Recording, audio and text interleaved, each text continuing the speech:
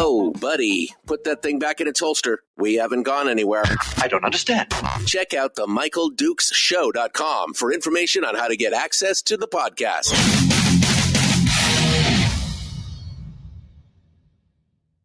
The Michael Dukes Show. I have 2 guns, one for each of you. Firearms Friday. As Thomas Jefferson stated, it is the right and duty of the people to be at all times armed. Say hello to my little friend. I say that the Second Amendment is, in order of importance, the First Amendment. The right to keep and bear arms is the one right that allows rights to exist at all. The Michael Dukes Show. The right to keep and bear arms shall not be infringed. Firearms. From my cold, dead hands. Friday. There's my rifle, there's my gun, this is for fighting, this is for fun. Firearms Friday.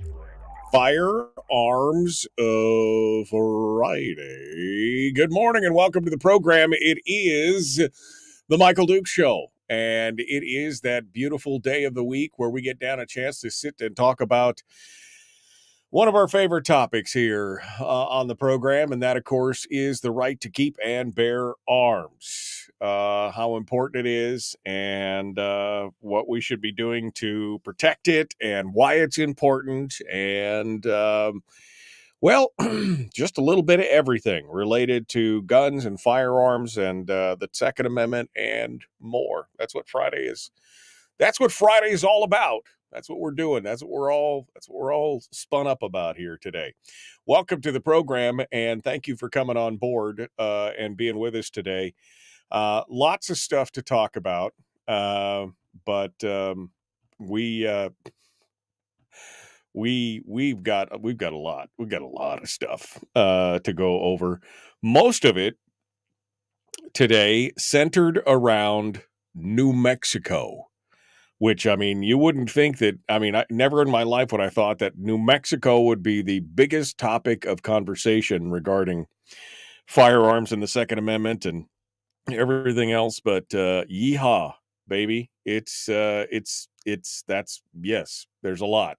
There is a lot going on here. So we're going to dive into this and be talking about it. We're also going to open up the phone lines and talk with you, the listeners, about, well, anything that's related to firearms and the Second Amendment as well. We've got the phone lines up and running right now. In fact, we're ready to go. The number to call, the call-in number, is 907-433-3150, 907-433-3150. If you would like to participate on the program today, that's one of the ways you can do it. You could also join us in the chat room. The chat room is available over on Facebook or YouTube or Twitch. Any one of those. Any one of those will get you what you need. Just go over there and get her done. Just click on the video and you can comment, and you should be able to see your fellow folks comment. I think that most of the people are over on are over on Facebook, which you can find at facebook.com/Michael Dukes Show/live. Simple, easy. Just go do it. Just go hang out, and we'll have some good conversations. We'll have some good conversations throughout the day. So go over there and make it happen. Friday is a day that we get a chance to just kind of let our hair down and talk about, we kind of consolidate all the different stories into a clearinghouse of information on Friday. Why? Because we believe that one of the reasons why America has remained as free as it is, and I mean, there are plenty of problems with our American experience today, right? I mean, there's plenty of challenges, warts and boils and problems. But even with all that, it's still the freest place in the world. It's still the best. People still die in to get into the joint. You know what I mean? It's still there. So that's one of the reasons why we need to be focused on, we need to be focused on that, because it is that implicit, the implicit check on governmental overreach. That's what that's what the Second Amendment is about. It is the implied threat of the people potentially rising up and fixing problems that has kept those politicians in check for decades. And that's what I think that's what we need to focus on. I think we need to focus on the good that has done in keeping everyone in step. So we're going to talk about that today as well. Lots of other stories, some wins in the various courts, including, the Ninth Circuit Court of Appeal. It is in danger of really starting to, dare I say, they could end up actually issuing a pro-gun decision. That would break a streak of 30 or 40 years of decision making on the Ninth Circuit Court of Appeals, which is, of course, the court that Alaska is part of, and Washington and Oregon and California, that has not necessarily been pro-gun at all. And in the most recent decision, the state of California had a law that they put on the books that was ostensibly aimed at restricting the marketing of firearms to minors, because, as you know, it's for the children. We're trying to protect the children. So they wanted to restrict the marketing from firearms companies to minors. And the Ninth Circuit Court of Appeals, the 30-judge panel of the Ninth Circuit, looked at this and said, no, that's an infringement on free speech rights, on the free speech rights of adults. And they vacated a lower court decision that had denied an injunction. And writing for the majority, the judge in this 3-judge panel on the Ninth ruled that the law forbidding marketing and advertising firearms that, quote, reasonably appear to be attractive to minors. Oh, talk about vague. They reasonably appear that they are attractive to minors. When I was looking at gun advertising when I was younger, when I was in my teens, because I got shooting magazines and everything. I love guns, right? It's just something about, I don't know why. And it's one of those things. I've always loved guns. When I looked at ads that were in the papers and things like that, there were many ads that I found to be attractive to me as a 16, 17, 18-year-old minor.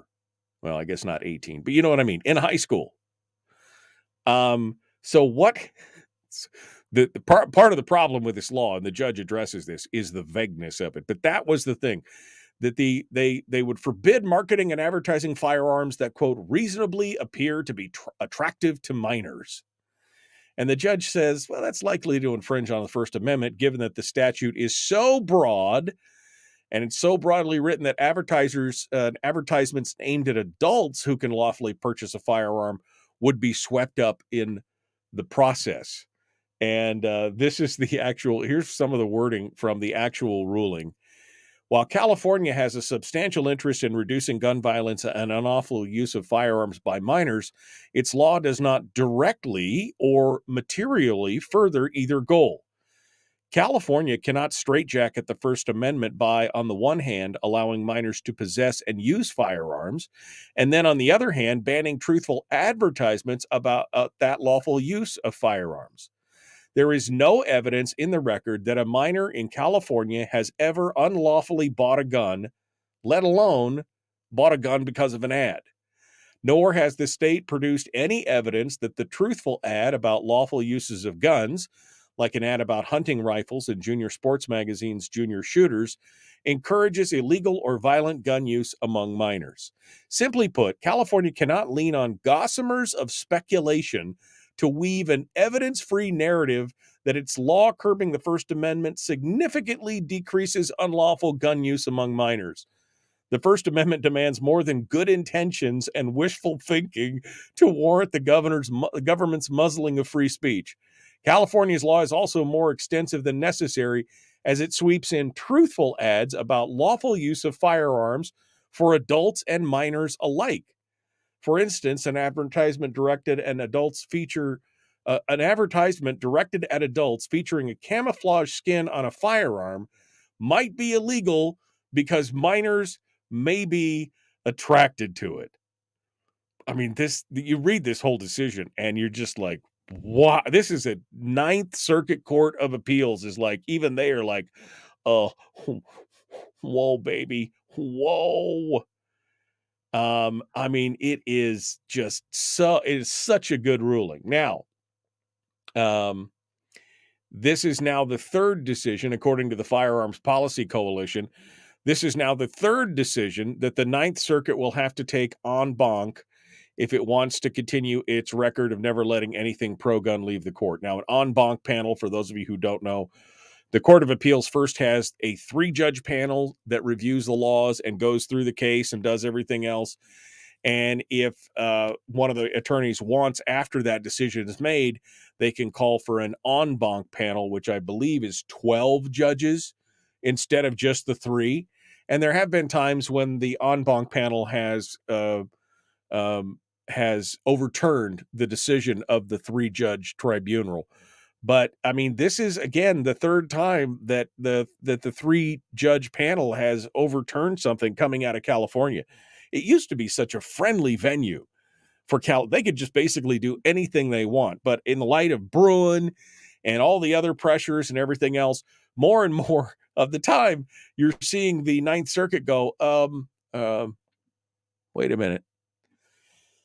In his conclusion on his decision, the judge held that the state has many tools at its disposal to address juvenile crime involving guns, but it cannot, quote, ban truthful ads about lawful firearm use among adults and minors unless it can show that such an intrusion into the First Amendment will significantly further the state's interest in curtailing unlawful and violent use of firearms by minors.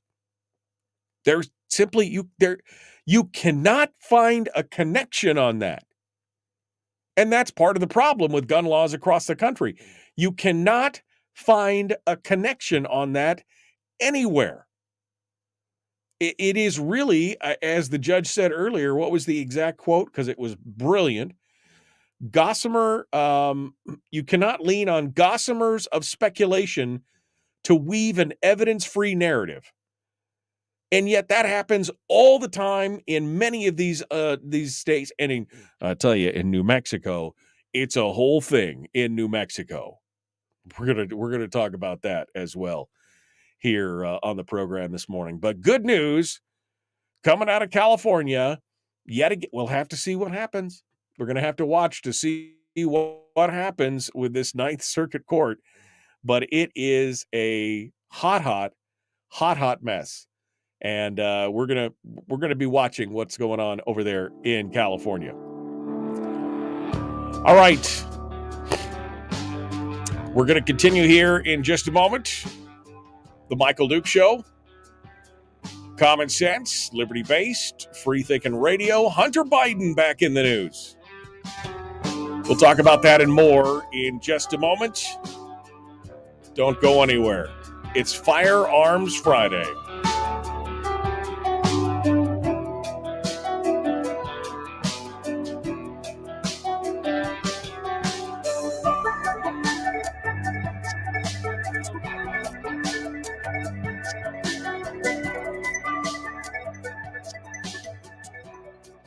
If you missed the show, you can listen to it on your time with Dukes On Demand. Oh, and it's free. Like America used to be. Streaming live every weekday morning on Facebook Live and MichaelDukesShow.com.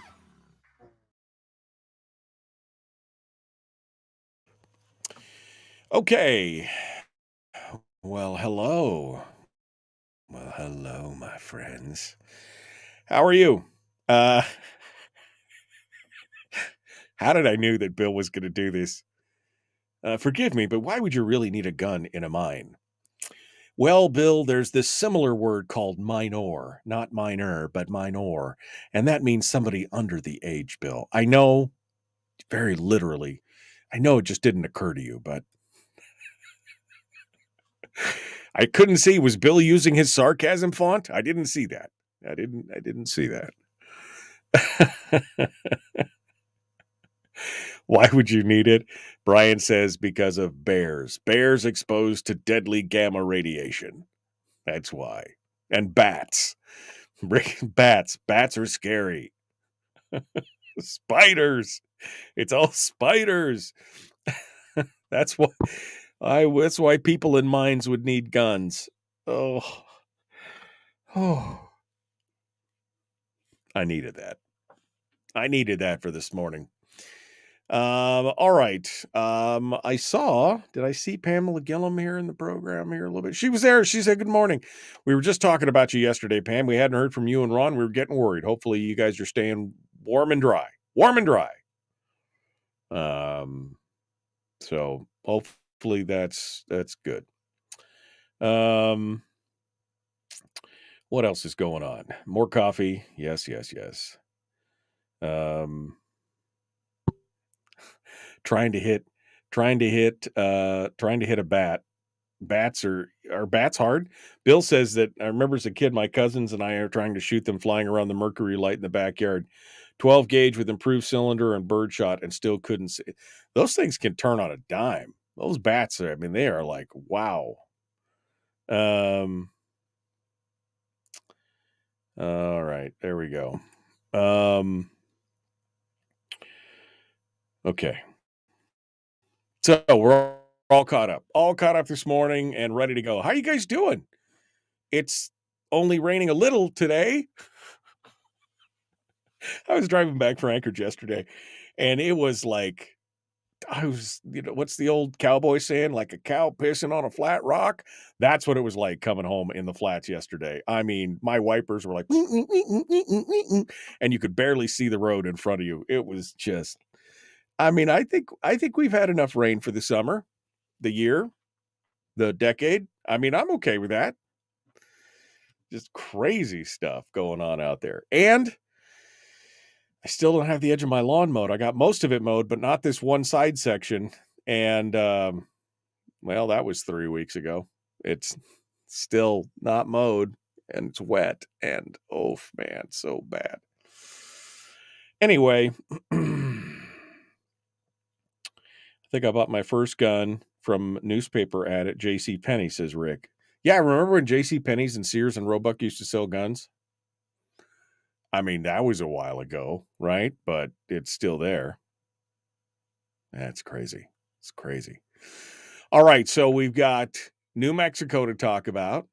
We've got the Hunter Biden thing. We've got the new ATF investigation into the ATF in Oklahoma. I don't know if you heard about that story. What should we talk about? Where should we start? Should we go right into the Hunter Biden thing?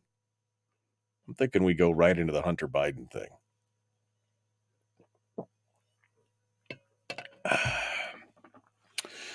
Okay. That's what I'm thinking. I'm thinking Hunter Biden. That's what I'm thinking. All right. Let's get going. Start with Hunter, says Greg. I think we shall. This needs to come back down. All right, here we go. Ready to jump into it? The Michael Duke Show. Common Sense Radio. You know what I hate? When I start it early. I hate when I start it too early. I apologize. Sometimes I'm just a little worried that I'm not going to get there in time. So that's my fault. But we're going to start it again. Here we go.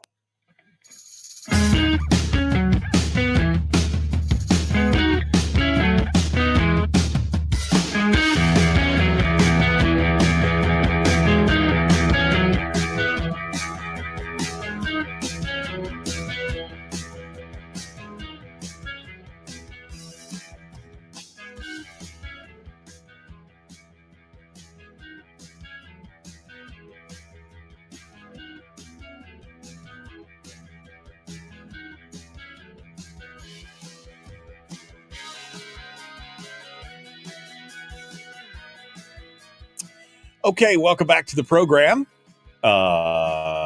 Just another beautiful day in paradise. Still raining. Outside your door, and you'd know that, right? Just go outside your door and know that it's still raining. All right, let's continue on here. Some of the big news that's coming down, and breaking news from late yesterday.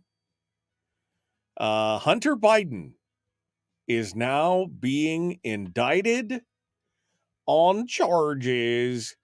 When his original plea deal was announced, of course, a lot of us were a little bit upset because it seemed like, in George Orwell's words, some animals were more equal than others. He was going to kind of skate on these gun charges. The same kind of charges, by the way, that his father has been a stalwart champion of.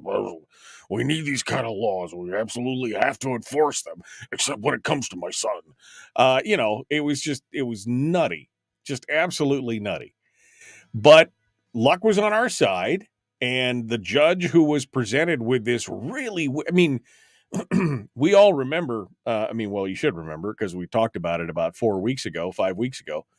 The judge took one look at this really unusual plea deal and diversionary agreement and said, wait a second, that I'm not going to sign this. This is totally out of care. They were trying to slip a fast one by the judge, essentially, is what was going on.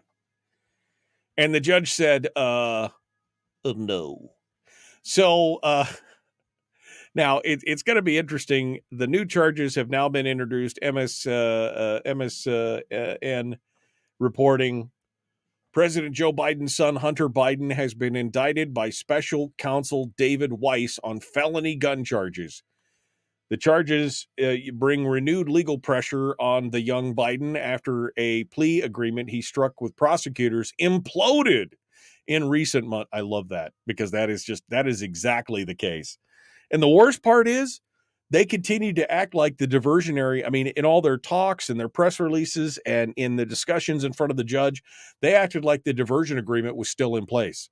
That's the worst. Like, they're just completely devoid of, divested from reality. The Hunter Biden has been charged with one count of false statement in purchase of a firearm, one count of false statement related to information required to be kept by federal firearms licensed dealers, and one count of a possession of a firearm by a person who is an unlawful user of or addicted to a controlled substance, which he freely admits in his book. So, did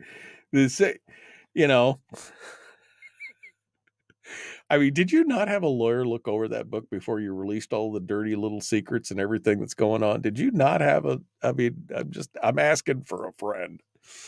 Prosecutors have spent years scrutinizing Hunter Biden's business endeavors and personal life, a probe that appeared to culminate in a plea deal that the two sides struck in June, which would have allowed him to plead guilty to a pair of misdemeanor tax offenses and enter into a pre-trial diversion program to avoid prosecution on the felony gun charge. But that deal fell apart during a court hearing in July after U.S. Judge Mary Ellen Norica expressed concern over the structure of the agreement and questioned the breadth of an immunity deal, exposing fissures between the two parties. She didn't express concern. Reading between the lines, I think she expressed incredulity. Like, you want me to do what? Basically, they wanted her to be the arbiter of things which would have been a complete and blatant violation of separation of powers. And she's like, no, I'm not going to. Are you? Really, I think she didn't come outright and say it, but when you read the verbiage and you look at it, you just think she's just like, are you guys insane? You're trying to get this past me and put me on the hook for some of these. That's why there is a separation of powers. Now, as I mentioned, the legal team for Hunter Biden has continued to argue since July that the pretrial divergence program is still in effect. And there's been several stories that have come out over the last few weeks going over that. But the prosecutor, the Weiss's, what's it, David Weiss? Is that right? David Weiss. Yeah. The prosecutors continued to say, no, that's null and void. It didn't get signed. Remember? But Hunter Biden's legal team's like, no, it's in place. It's in place. Well, now it doesn't even matter because he's now being indicted specifically for that. I mean, apparently he's got some crack attorneys over there. I mean, apparently if they think if you just you repeat that lie often enough, it'll become the truth. That diversionary agreement's still in place. It's still going on. No, it's not. Well, we'll see what happens here.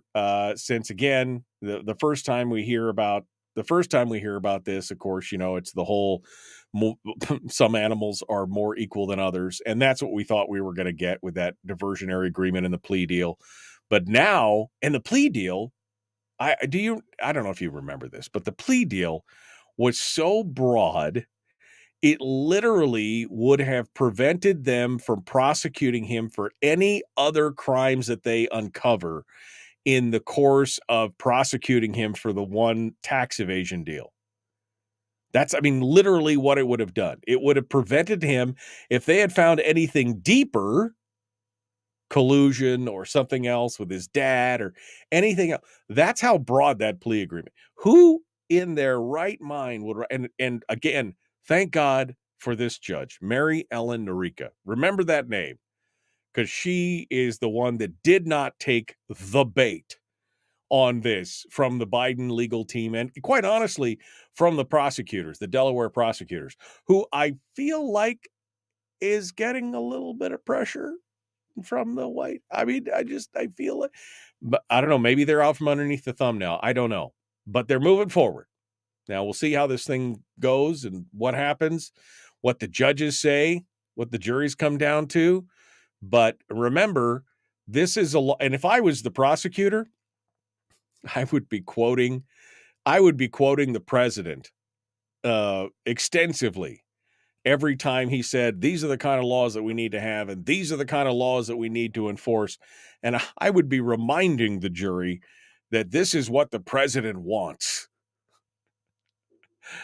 Because, he admits it, clearly admits it.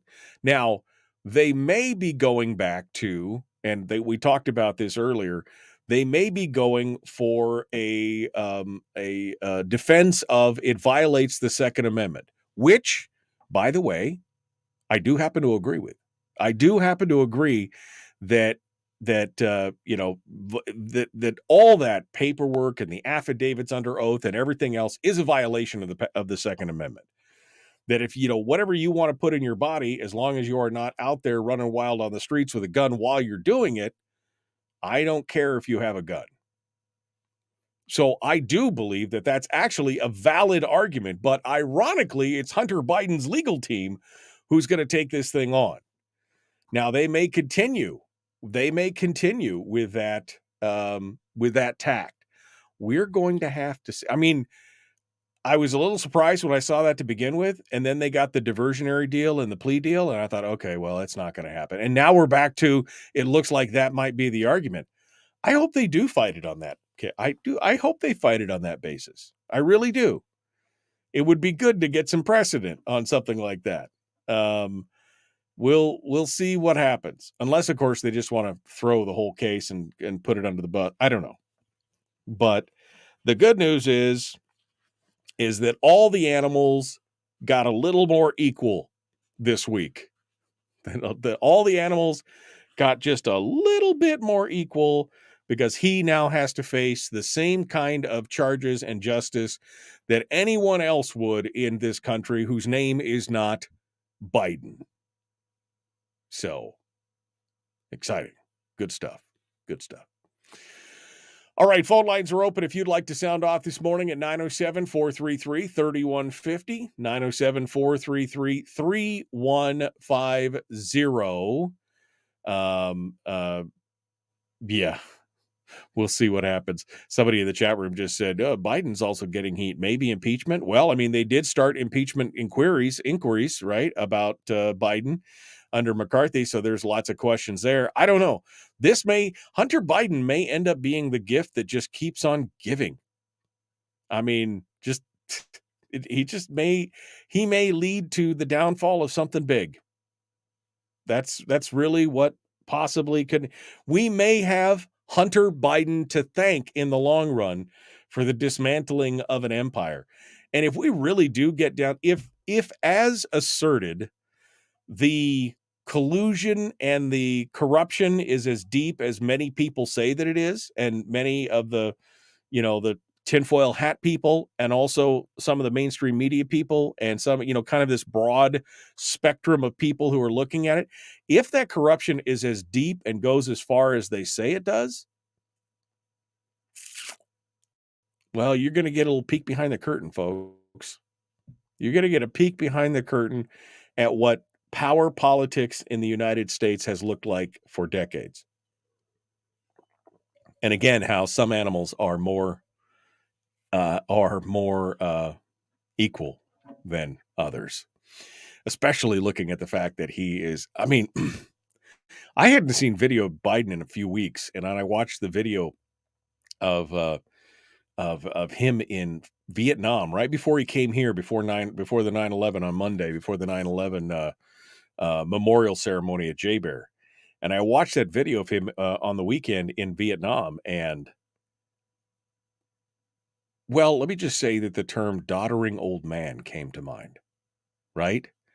I mean, that's not probably a phrase that you use too much, but it was immediately the phrase that leaped to mind when I watched that video. I was like, wow. Wow. Whew. Just a hot mess. All right. We don't have enough time.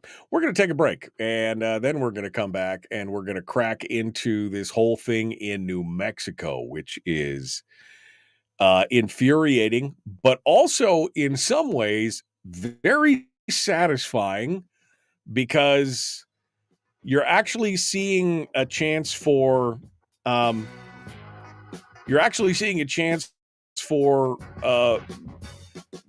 mainstream media, even those on the left, starting to scratch their head and go, you may have gone too far on this. First, it was Gavin Newsom.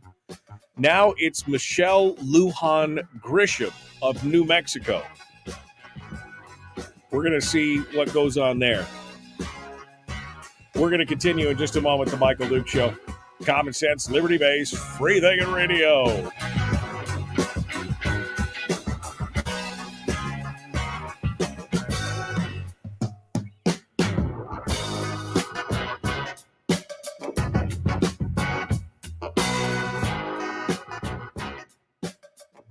We're broadcasting live through a series of tubes. Allowing all of these entities to provide streaming stuff going on the internet. Well, it's kind of hard to explain. Sorry.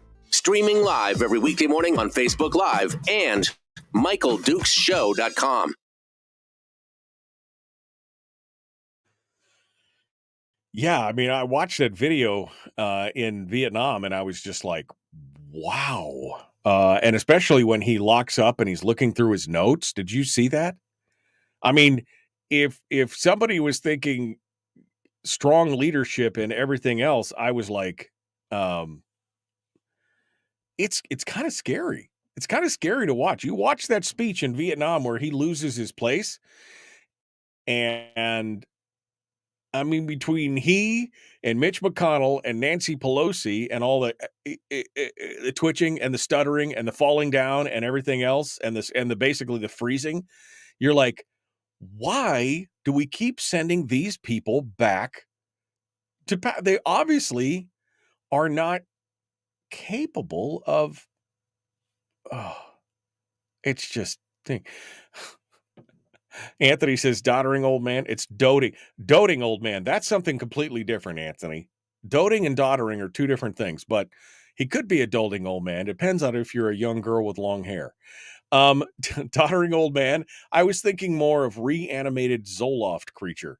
I mean, it's bizarre to watch him to watch him work through a sentence sometimes or to do something in public. I mean, it's embarrassing, quite honestly. I mean, I was embarrassed. That speech in Vietnam where he's going through his cue cards and everything else, and he's like, I'm going to bed. I mean, I'm like, what?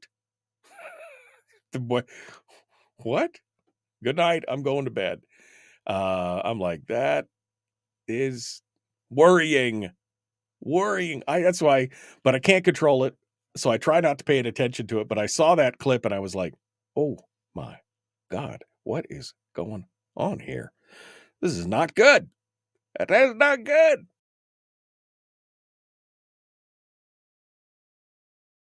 Denise says, at this point, can it get any worse? I say let it implode. That might be the only way to some figure out only way some figure it out, and we get this place headed in a better direction. Yeah, no, Denise, I kind of came to that conclusion many years ago, where I was like, I can't control it. Might as well just watch the whole thing kind of implode, and then we'll try and pick up the pieces on the other side. It's kind of where I've got to. Possible effects says the other Debbie on YouTube. She says possible effects from all the shots he's taken in the last 3 years. I mean, possibly. I don't know. Maybe. Real talk. We got some elder abuse happening in our government. Let these grandpas go out to pasture. I mean, yeah. Did you see that Nancy Pelosi has now decided that she's going to run for another 2-year term? I mean, she's like, what, 80? How old is Nancy Pelosi? She's like 83, right? She is 83 years old. Dianne Feinstein is 90? Good God almighty. Great googly moogly. That is... Okay. They got to go. The gerontocracy has got to go. What the actual... 83 years old. Okay. And you watch any of them speak and you're like, whoa, these people.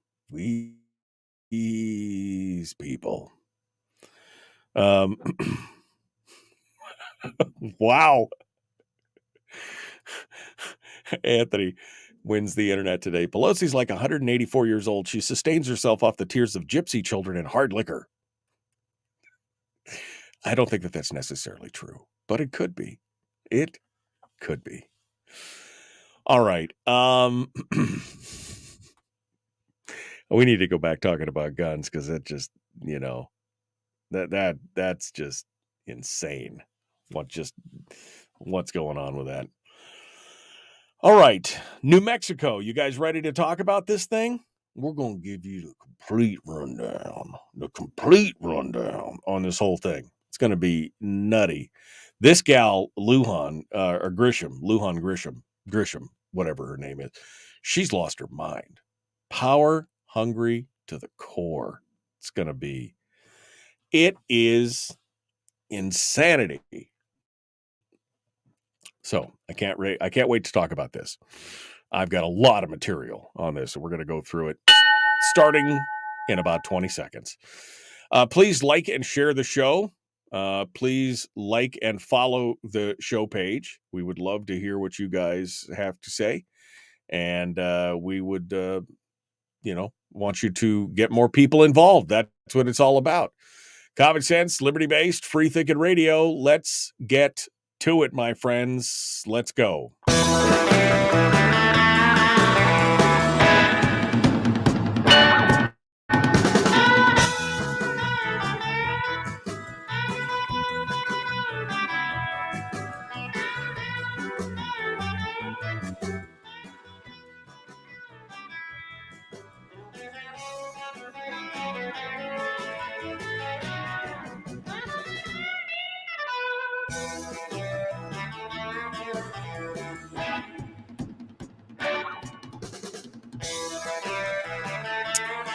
Okay, we're ready to dive into this hip deep. Oh man, I gotta tell you, this whole thing has just been so weird to watch. All the things that are going on right here. But let me tell you about the woman who has literally, you look at her and all you can think of is Austin Powers and Dr. Evil with his pinky up near his lips. Saying, I know exactly what I can do, and I'm going to do it regardless of what the costs are, and you're going to do what I say. It's pretty amazing. Last Friday, New Mexico Governor Michelle Lujan Grisham issued a public health emergency order. Now, remember that because we've talked about in the past how they keep talking about how gun violence is an epidemic, right? We kept hearing that verbiage that gun violence is an epidemic in this country. And my fear was in taking that language, I said, well, you watch, they're going to say that it's an epidemic. And sure enough, they're going to use it as a health emergency, which is what she put it in. That order purportedly suspends the right to keep and bear arms in Albuquerque, New Mexico, and the surrounding Bernalillo. I'm sure I'm totally murdering the pronunciation of that county's name. Bernalillo County. The order, which lasts for 30 days but can be continually renewed into perpetuity, applies to concealed or open carry of firearms and public property, only with exceptions for police and security guards. She said citizens with permits to carry firearms are free to possess their weapons in private property, such as a gun range or a gun store, provided they transport the firearm in a locked box, use a trigger lock, or use some other mechanism that renders the gun incapable of being fired. Oh my God, there's so much thing. The order covers cities or counties averaging 1,000 or more violent crimes per 100,000 residents per year since 2021, which surprisingly enough only is met by Bernalillo, I guess that's right, Bernalillo County. Grisham, who's a Democrat, says the carry ban is necessary, and it's a necessary response to the recent shooting deaths of a 13-year-old girl on July 28th, the 5-year-old girl on August 14th, an 11-year-old boy on September 6th, as well as 2 mass shootings this year. At the press conference on last Friday, she conceded that the order was apt to be challenged in court as a violation of the Second Amendment, but added, I welcome the debate. So the article, there's an article written by Jacob Sullum from Reason Magazine, who I wanted to come on today and talk about this in depth because he's written 3 articles about this right now and has really got some details on it. But this specific article goes on to talk about how the pushback is real, that immediately afterwards, the National Association for Gun Rights, along with the FPC and I think a couple other ones, filed lawsuits and immediately jumped into it. The New Mexico Shooting Sports Association said it also planned to join those groups and more. And then it got even worse for her from there.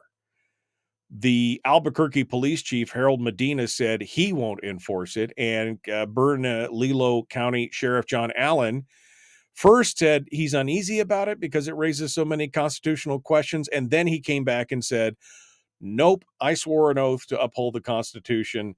The temporary ban challenges the foundation of that, and I will not comply. To which that is really what happened amongst everyone else. She seemed unfazed by that, by the way.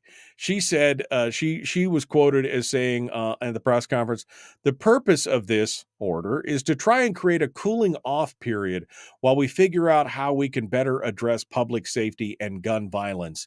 There's going to be a lot of questions about whether or not we think we have the legal rights to do that. I am sure there will be a legal challenge. And I can't tell you that we will win, given all the different challenges to gun violence laws and restrictions on individual firearms access and control.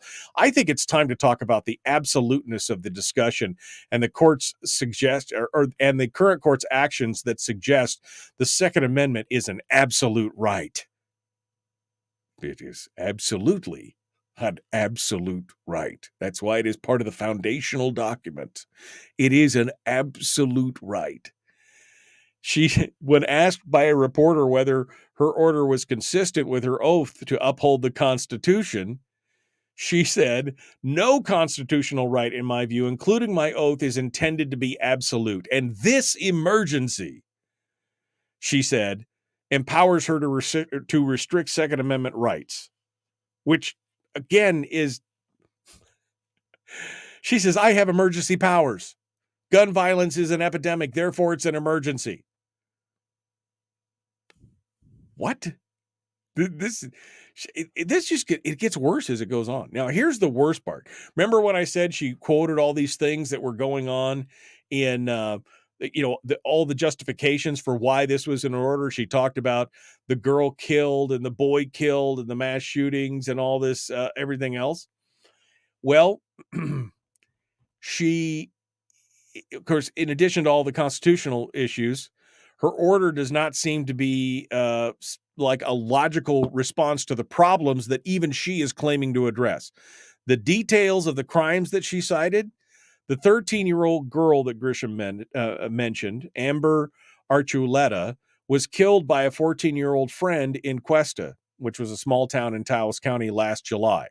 The 5-year-old girl, Galila Semiego, was killed in a drive-by shooting in Albuquerque last month. The 11-year-old boy died after an enraged driver fired on the car in which he was riding, and as his family and friends left Albuquerque. So some of these happened inside private residences. Some of these were happening outside the areas that she's put the restrictions on. So what is this really about? Oh, and the 2 mass shootings, those were stemmed from confrontation amongst gang members. So the mass shooting was not just some random event. It was a gang violence incident. Well, the best news about this whole thing, how much time I got here? All right. The best news about this whole thing is that people immediately showed up en masse. I mean, that is absolutely. Many New Mexicans made it clear that they wouldn't comply.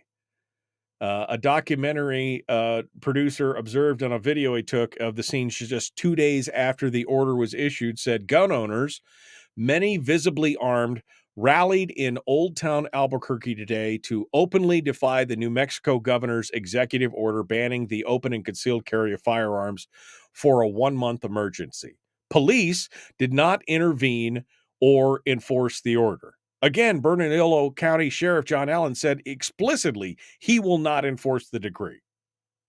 We will not, and we will not comply. Oh, but it gets worse. It gets worse for the governor. The New Mexico I'm sorry. The New Mexico State Attorney General said, nope, what you're doing is illegal.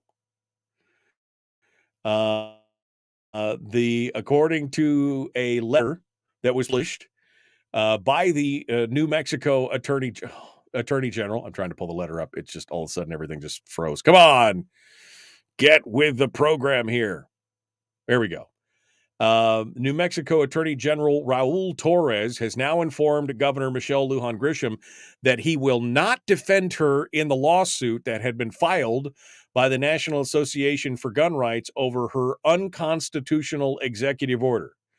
Dear Governor Lujan Grisham, I'm writing to inform you that my office will not defend your administration in the above referenced cases challenging the public health emergency order imposing temporary firearms restrictions, drug monitoring, and other public safety measures issued by the Secretary of Health on September 8th. Though I recognize my statutory obligation as New Mexico's chief legal officer to defend the state officials when they are sued in their official capacity, my duty to uphold and defend the constitutional rights of every citizen takes precedent. Simply put, I do not believe the emergency order will have any meaningful impact on public safety, but more importantly, I do not believe it passes constitutional muster. Boom! Mic drop. Oh, so now she's on her own. Now she's on her own. Oh, but and she was taking heat. She is continuing to take heat from her fellow Democrats. CNN actually went hardcore. I did not stutter. CNN went full court press on her. I mean, when she got the call from CNN wanting her to come on, I'm sure because CNN is not a well-known right-wing bastion of conservatism, right? So I'm sure when she got the call, she was thinking, "Oh, okay, I'll get some free press off my deal and get my side of the story." However, CNN This Morning anchor Poppy Harlow took the New Mexico governor to task on Tuesday over her 30-day order curbing the right to carry. She said, as the conversation continued, Harlow pressed on the point. She said, "But we also, Governor, have the Constitution of New Mexico and the Constitution of the United States, and you're an attorney. Do you think you're on solid constitutional ground here?" Grisham shot back, "Well, we're going to see. I mean, look, I wouldn't do it if I didn't think I had the right. I have the right." "But where is the right? Where is the right?" says Harlow. She said, in the state of New Mexico public, it's a suspension. It's not a ban. And we'll see what all the court's actions do. And then Harlow says, "Well, and they say, unless you can base it in the history and tradition," talking about Bruin, "you don't have grounds to do something like this." The New Mexico Constitution, I looked at it last night. Article 2, Section 6 says that no law shall abridge the right of the citizens to keep and bear arms for security and defense. Are you not in violation of both the U.S. Constitution and your state constitution? Oh, man. She's taking heat from everywhere. But it gets even better. Late breaking news from yesterday. We'll have that on the other side. We got to go. The Michael Duke Show, Common Sense Radio.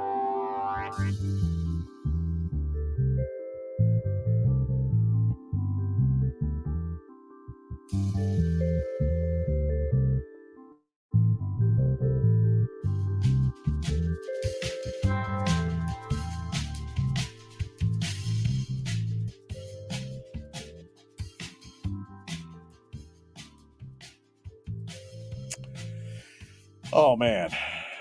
Yeah. So it just gets better. Just gets better. Oh, she basically shot herself in the foot, says Denise. Oh, Denise, you don't even know. There's so much more here. There's so much more in her one-woman crusade to stop gun violence. She is, I mean, she is blinded now. She's blinded by the power that she wielded during the COVID crisis. That same kind of, it's an emergency, I can do whatever I want.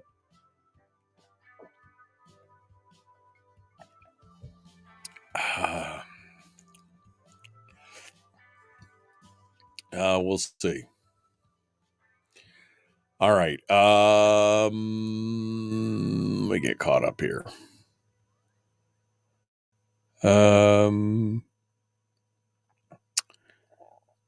Please do talk about guns. The reason I get up early is to learn, says Debbie. Debbie, I hope. Oh, I'm gonna have to do it again, guys. I'm gonna have to reload. I'm gonna have to reload the page. I'm gonna have to reload the broadcaster because again, I can't. I clicked Debbie's comment about 10 seconds ago, and it's still not fully visible for me anyway. Maybe it's visible for you, but I can't see. Now I'm starting to see it. And am I going to be able to turn it off? Probably not. Oh, It's taking its sweet time. All right, so here's what I'm going to do. I'm going to close that. I'm going to close that. We're going to do a little bit of that for just a second, and then I'm going to reload. Here we go, Michael Duke Show.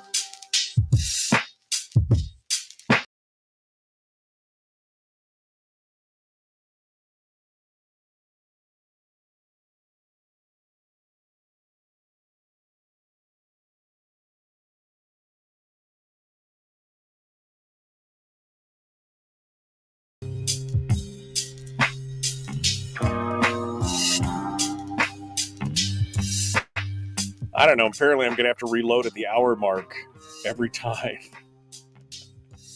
Every time I'm going to have to do that with the whole thing. All right. She's gone, says Denise. I don't know. It'd be interesting to see. It'll be interesting to see what happens. I mean, she admitted in her thing that it's not going to stop criminals.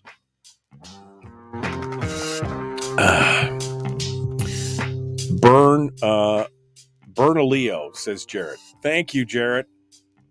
Again, Bernalillo. All right, Bernalillo. I really like that thermos with the anchor design. Oh, it's just a sticker. That's a sticker I got in Homer. And that's a gaming sticker. Yep, see?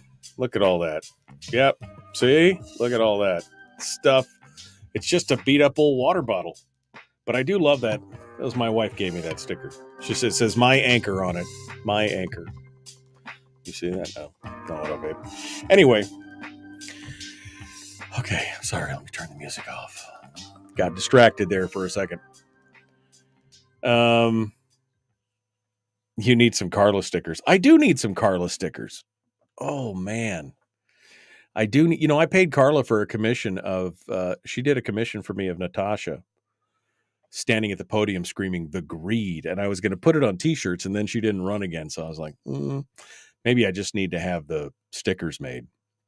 Maybe I should just have some stickers made of that, of the greed. The greed. I mean, maybe that's what we need. Is we need a whole bunch of stickers that are just the greed. I mean, maybe that's what it is that we need.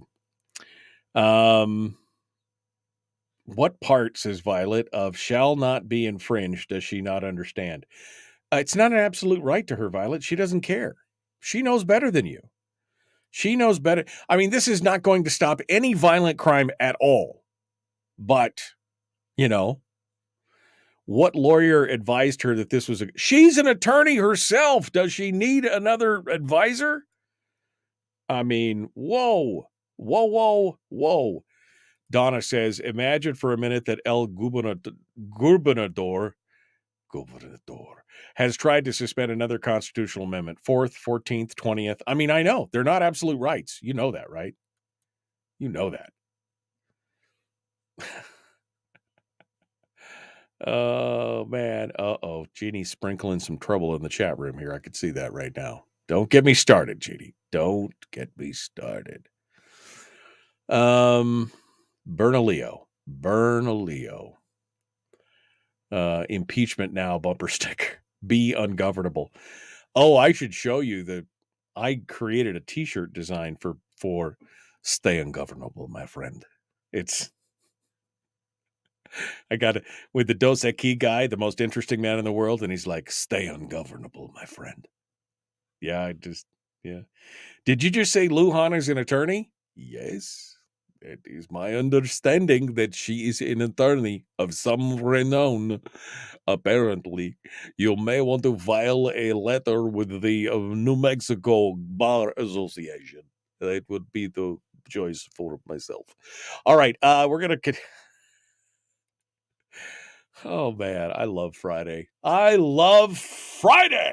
All right, let's do this thing. You ready? I didn't mean to yell in your ear there. Sorry. Let's get going. The Michael Duke Show. Common sense, liberty-based, free-thinking radio. Let's do it and go.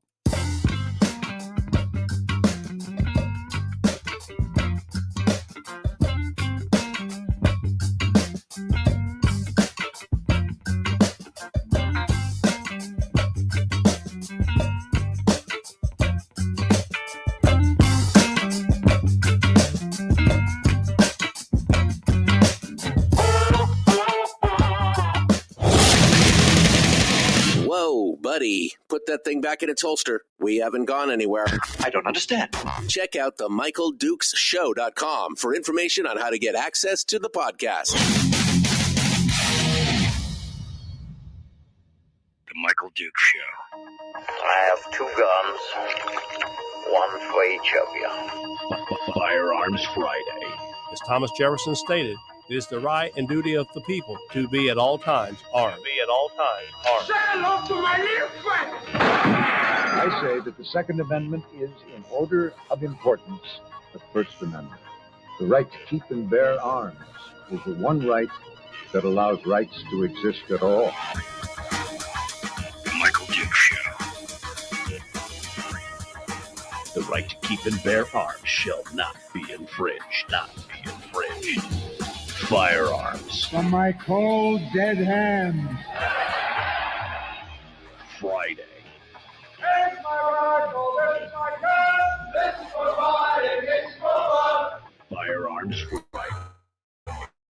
Firearms Friday, your chance to sound off on issues of a 2A nature. Sorry, I didn't mean to blast you out. Again, I get a little excited in the mornings and Fridays in particular. So if you're just waking up, I'm sorry. Welcome to Firearms Friday, the NPR edition. Anyway, come on down and join us. We've got a lot of stuff to continue on and talk about this morning. We have been discussing the New Mexico state of mind. I mean, what is it like to live in New Mexico? What's it like to be... What's it like to think you're queen of the world and could do anything you want? We've been talking a lot about New Mexico this morning and the actions of Governor Michelle Lujan Grisham. She's got 3 names. I don't know why. Michelle Lujan Grisham, who had decided a week ago today to issue an executive proclamation. No, it wasn't an executive order. It was a public health order. She declared gun violence an epidemic and a public health emergency, and therefore suspended the rights of all New Mexicans in a specific area, basically any area with 1,000 crimes per 100,000 people since 2021, and restricted and suspended their constitutional right to keep and bear arms, even those with permits and all the bells and whistles and everything else. And then the fireball started. Now, she has been unapologetic about this whole thing from the get-go. We were just talking about her interview on CNN, where she basically says, I have the power. And when asked about, well, where did you get that right? I have the power. That's what she basically says. She's going to go do it anyway. She's going to do it anyway. And when the sheriffs of the different areas, including the sheriff of I'm sorry. Somebody corrected my pronunciation because I kept murdering it, and I said I murdered it. And then Jarrett was kind enough.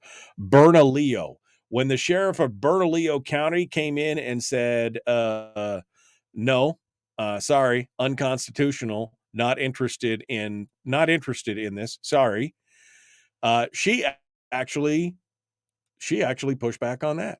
She responded to the backlash and to the where is it? I'm sorry, I got 13 things up here. She fires back at the sheriff for basically saying, I'm not going to enforce the oh, by the way, you may have missed it, but also the Attorney General of New Mexico informed her he would not be defending her in any action against her on this because he considered it to be an unconstitutional order. I love it. I love it when that kind of... Anyway, Bernalillo County, the sheriff, Allen, his name's Sheriff Allen, he basically said, nope, no, I'm not enforcing it for constitutional concerns. So she sent a press release to the local television station, KOAT, and said, and I quote, I don't need a lecture on constitutionality from Sheriff Allen. What I need is action. What we need is for leaders to stand up for the victims of violent crime. We need law enforcement, district attorneys, public officials, school leaders, and state agencies to use every single tool at their disposal to stop this violence, period. Okay. There's more, but I need to break this down just a little bit here. So what action do you think is going to, you already admitted, and she admitted during the initial press conference that this probably wouldn't affect criminals. So by disarming law-abiding citizens, which by the way has not happened.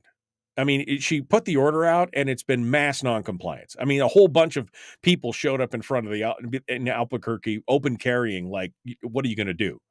Okay. So, but I mean, theoretically, let's just say that the order was enforced and you disarmed a whole bunch of people who would have been armed anyway. And you've already admitted that criminals, gasp, by their very definition, break the law.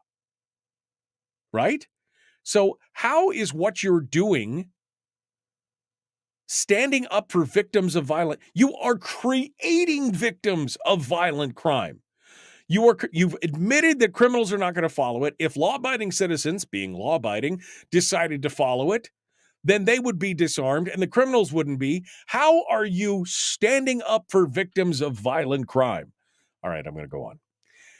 This is an administration that's treated the I need a voice for her, don't I?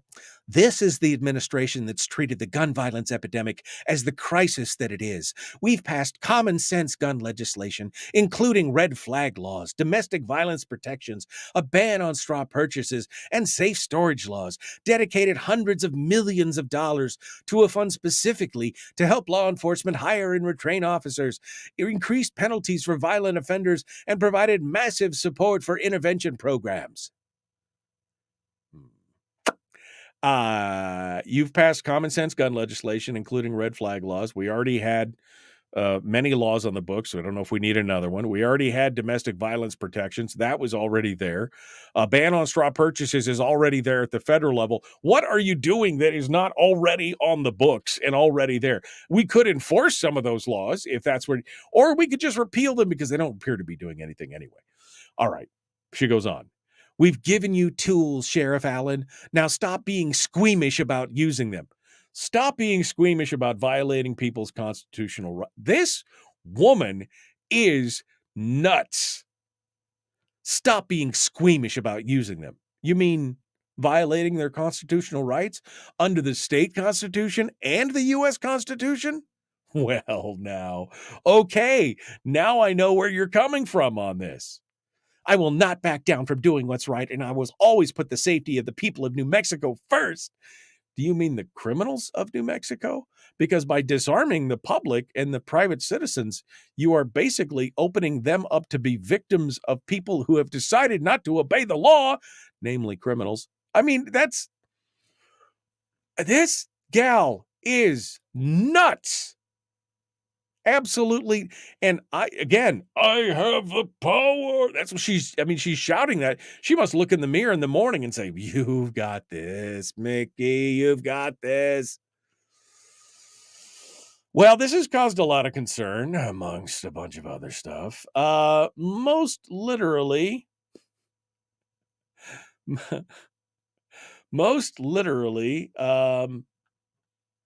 the Republican Senate or the Republican legislature has now said, well, we got a problem.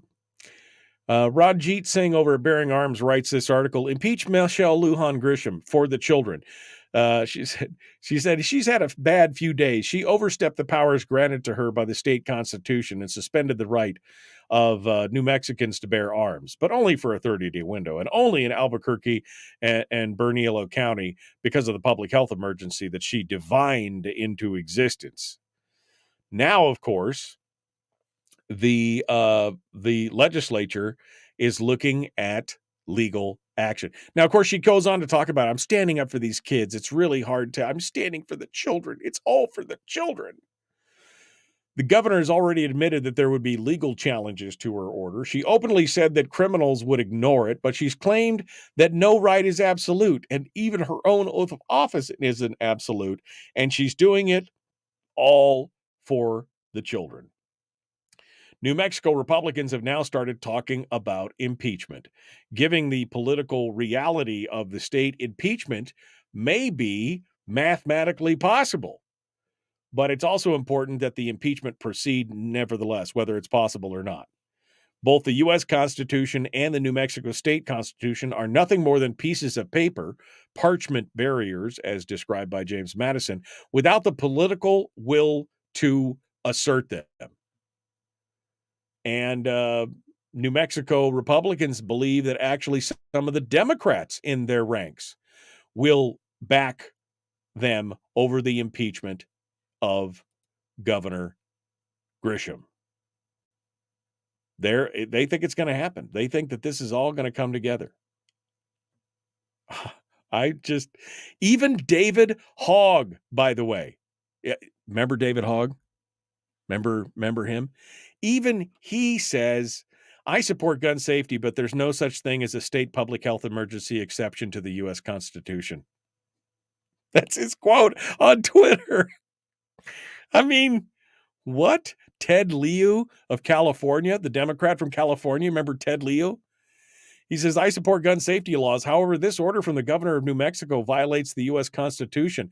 No state in the union can suspend the federal Constitution. There's no such thing as a state public health emergency exception to the Constitution. She is treading in some very deep waters at this point.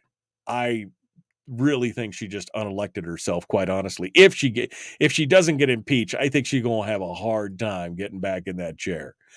Let's go over to the phones. I got a phone call here. The phone lines are open, by the way, for today. It is gun Q&A all day. I forgot to say that. I apologize. I'm so wrapped up in this whole story about New Mexico. 907-433-3150. 907-433-3150. Let's go over to the phones, and we'll get some callers in today to see what you have to say. Good morning. Who's this, and where are you calling from? Is that you, Fred? I can hear somebody in the background. I think it's Fred from Rhode Island. Are you with us, Fred?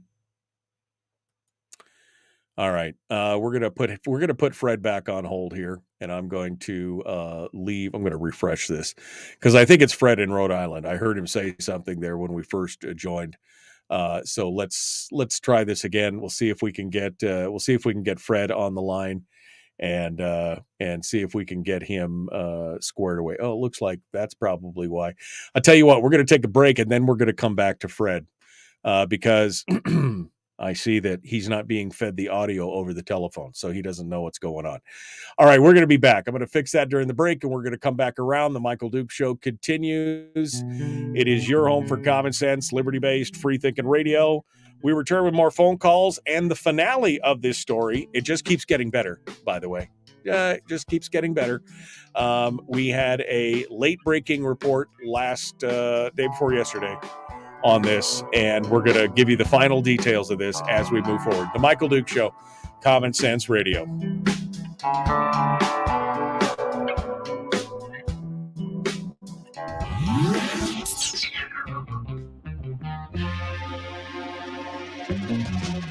Running on 100% pure beard power. Oh, also some coffee. We dip our beard in coffee. Ha, nice beard. The Michael Duke Show.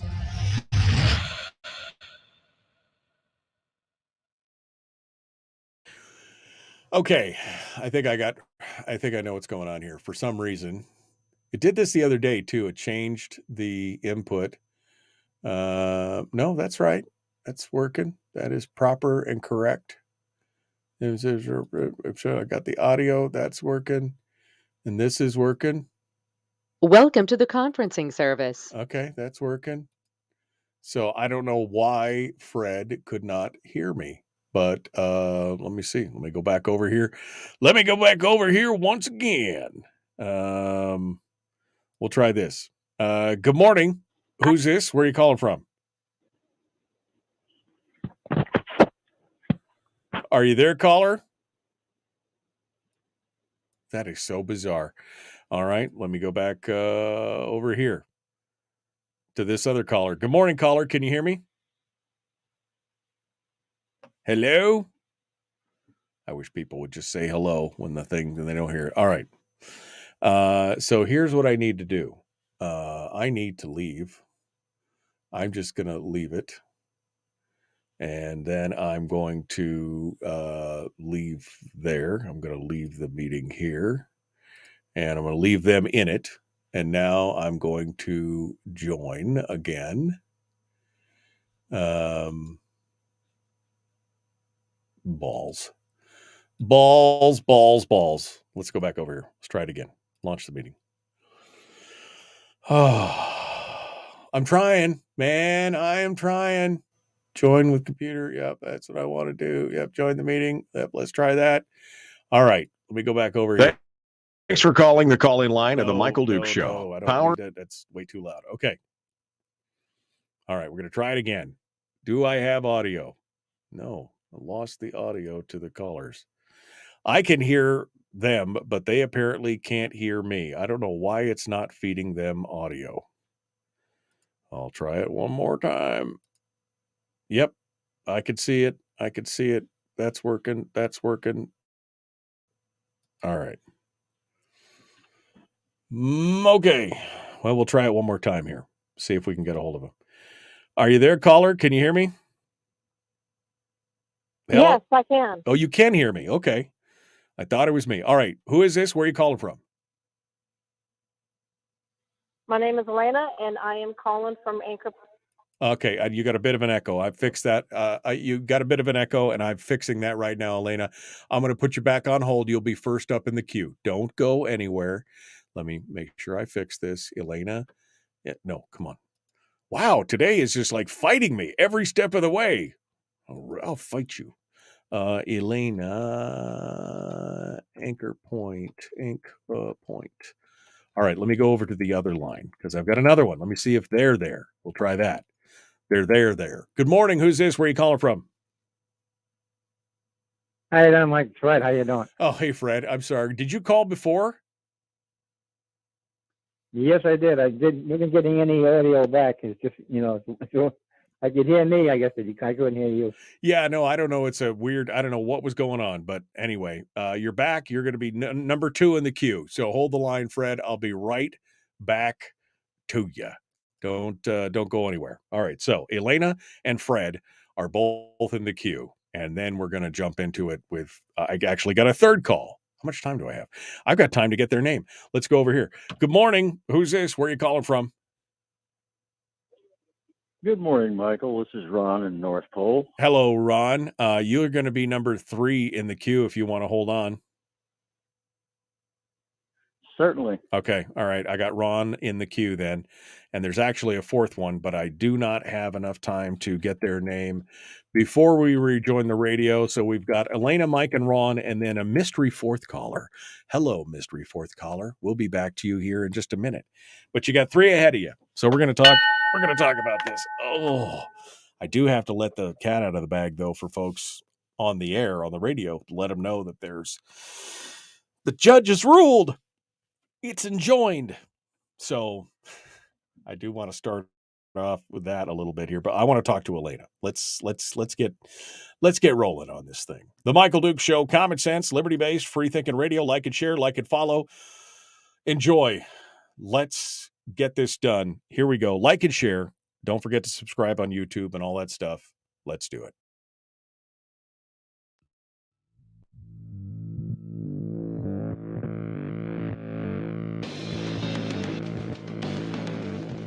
What the hell's an assault weapon?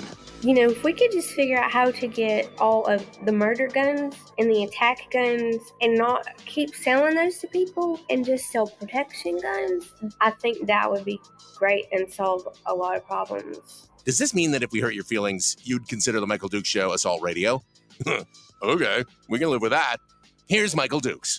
Only protection guns. No murder guns around here. Nope, do not get those. You only want the protection guns.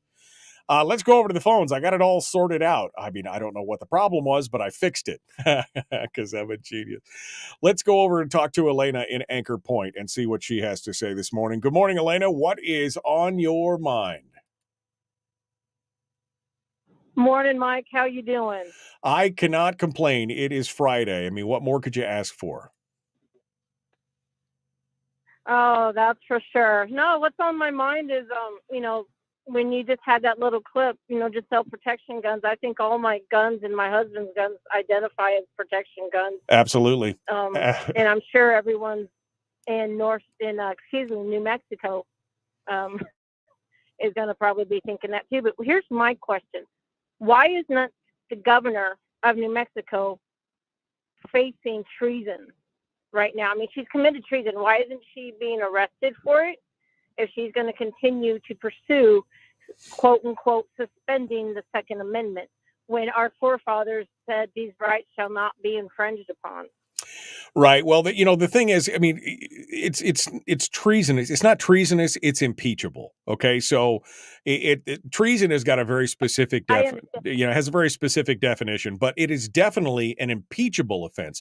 Violating and blatantly violating the Constitution or attempting to suppress constitutional rights is an impeachable offense. And maybe down the road she could be prosecuted for something like that. But I mean, like I said, you're seeing the reaction from people like David Hogg all the way up to gun rights organizations.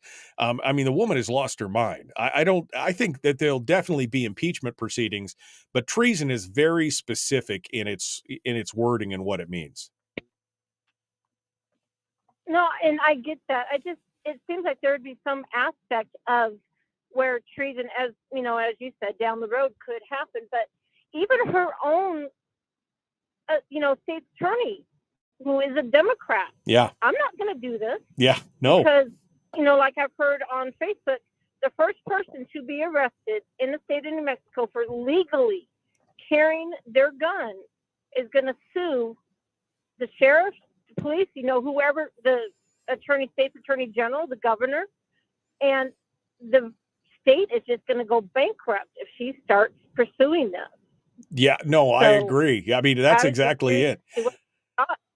I think that's why you're seeing all these people step away, Elena. I think that they are all stepping away because they realize this is a hand grenade with the pin out, and she's hugging it to her chest like it's the greatest thing ever. And they're like, no, we're going to step away from this. Because I think she's officially ended her political career with this. I'll be honest with you. I do not see her being reelected at all. Well, and then when you have CNN correcting her, where are the rights? Where is your right? Where are you getting it that you can do this? This is the Constitution of the United States, and you have the Constitution of New Mexico that she's supposed to follow and uphold. Yeah. So, that's right. Where do you get the authority? You have a liberal-based show like CNN, in my opinion, I know there's going to be people out there that don't agree, but that's their opinion, and right now, for me, it does not matter. But when you have CNN schooling her, that's kind of I think that would kind of be a waking up, but maybe she's just seeing life through her rose-colored glasses. No, I think she's drunk with power. I think this is a power drunk exercise. I think she feels like, she can do anything at all. Jacob Sullum's got another article out talking about the blatantly unconstitutional gun edict highlights the hazards of emergency powers. She is just drunk with the use of the emergency powers over the last couple of years, and she just lost it. She's lost the thread here. And I agree. I think everybody's stepping back from her because of that. Well, and she lost the power. I mean, she lost it when she was the governor for COVID. I have a friend of mine who lives in New Mexico, and it was just absurd with the restrictions that she made everybody go through. Yeah, so no, absolutely. Hopefully the impeachment will start pretty soon. Yeah, no, and like I said, I think it's being reported that the Republicans feel pretty comfortable that some of the Democrats will join them on this. So I think it'll be interesting to see. Elena, thank you for your call. I got more calls to get to, so appreciate it. I appreciate you calling in. Let's go over to Fred out in Rhode Island, who was on the line earlier. Fred, I apologize. What's going on, my friend? How you doing?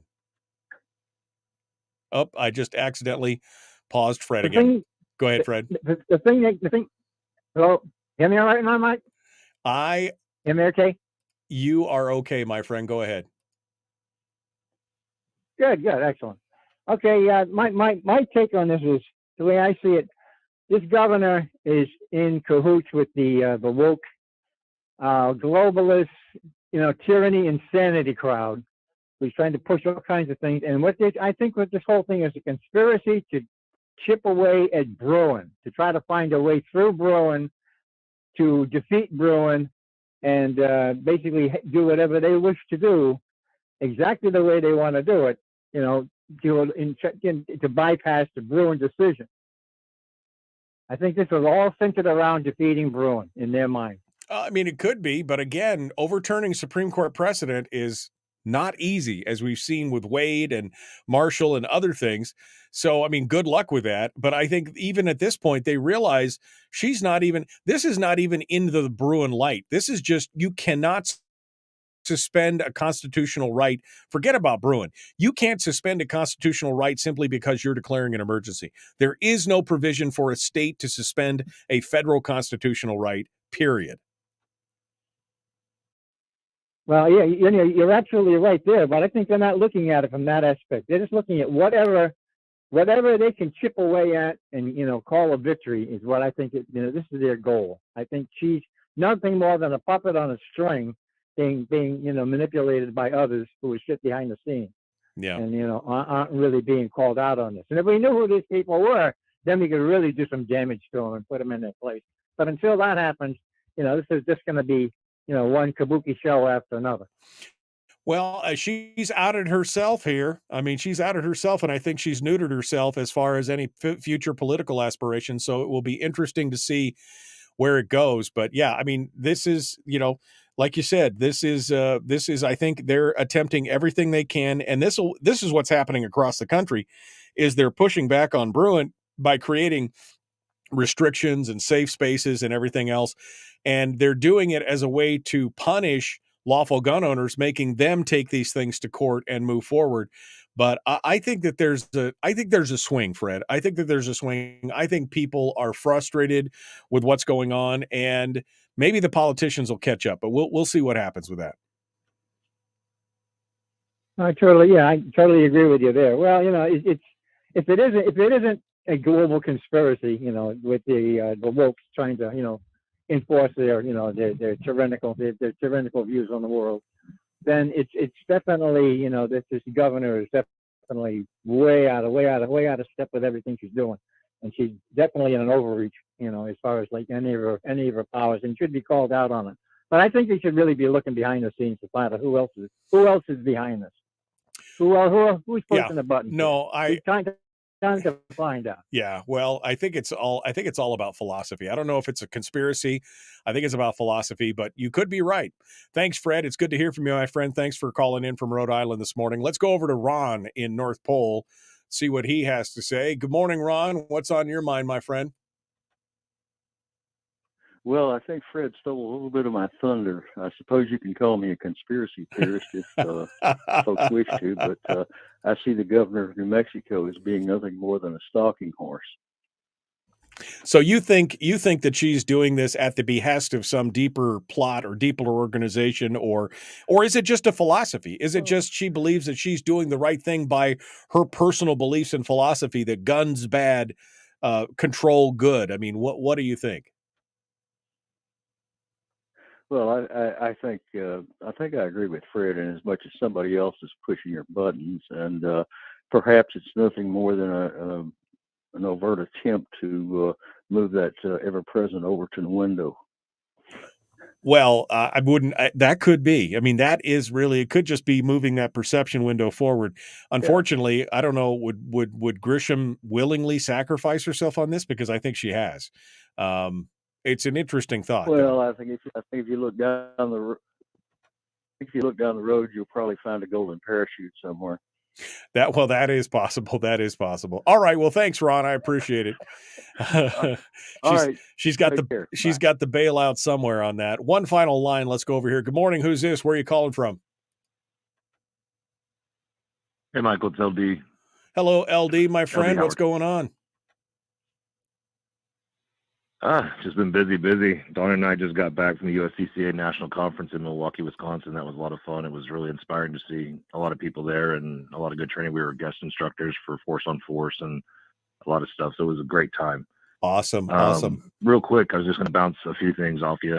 One was Elena. Actually, funny she brings that up. I saw Judge Napolitano on air talking about there is a statute. I don't know if it's federal or state, that she could be arrested for. I don't know what the charges specifically would be or what the statute would be, but he was saying there is something there.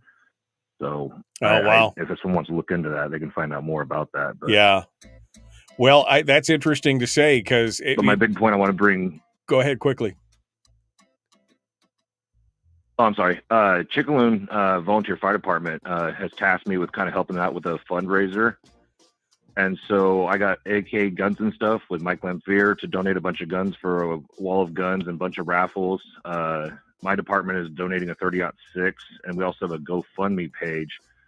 If the GoFundMe page reaches its goal of $12,000, I'm donating one of my personal Wilson Combat AR-15s that everyone who donates $20, I'll put their name in a hat. And we're going to try to get this volunteer fire department, these great bunch of girls and guys, to get some more money flushed up because winter's coming. We know it's fire season. We know weed still fires. What's pretty prevalent in that area. So whatever we can do to help them. Yeah. I'll have you back on to talk about this. We got to go though. I'm up against the break. LD, thanks. Hold the line for a sec. Michael Duke Show, Common Sense Radio.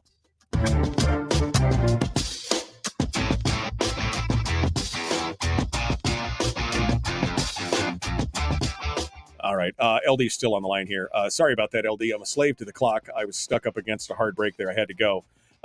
When are you doing you doing a raffle? You doing a what? Give us the full rundown here real quick. So yeah, we're doing a raffle. We're doing a wall guns raffle, and like I said, we're doing the GoFundMe, where I'm going to donate a personal Wilson Combat AR to if we make our goal limit there. My wife has made 2 handmade quilts. There's a lot of other people in the community that have stepped up and donated stuff. We've had Lowe's. We've had a few other places. We have some grills that we're donating off. We have a couple lodges up on the Glen Highway up towards Glacier View in that area that are donating, a 3-night or 2-night stay, I think, at the lodge. And so there'll be a lot of great gifts. There's free food. But this volunteer fire department is amazing.